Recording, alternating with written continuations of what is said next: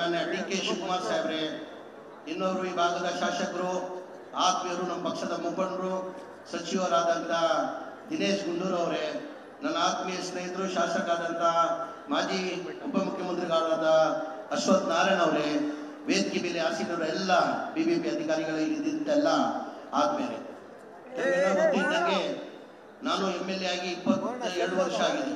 ನನ್ನ 22 ವರ್ಷ ಅವಧಿಯಲ್ಲಿ ಯಾರು ಜಿಲ್ಲಾ ಉಸ್ತುವಾರಿ ಮಂತ್ರಿಗಳು, ಯಾರು ಜನಗಳು ಮಧ್ಯ ಬಂದಿಲ್ಲ. ಇವತ್ತು ನಮ್ಮ ನಾಯಕರಾದಂಥ ಉಪಮುಖ್ಯಮಂತ್ರಿಗಳಾದಂಥ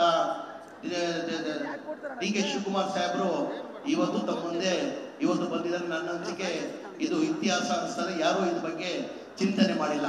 ಜನಗಳು ಮುಂದೆ ಬಂದು ಅವ್ರ ಏನೇನು ಸಮಸ್ಯೆಗಳು ಇದೆ ಅಂತ ಸವಾಲನ್ನ ಸ್ವೀಕಾರ ಮಾಡಕ್ ಬಂದಿರೋದು ಇದು ನನ್ನ ಅನಿಸಿಕೆ ಇತಿಹಾಸ ಅಂತ ಕಾಣಿಸ್ತದೆ.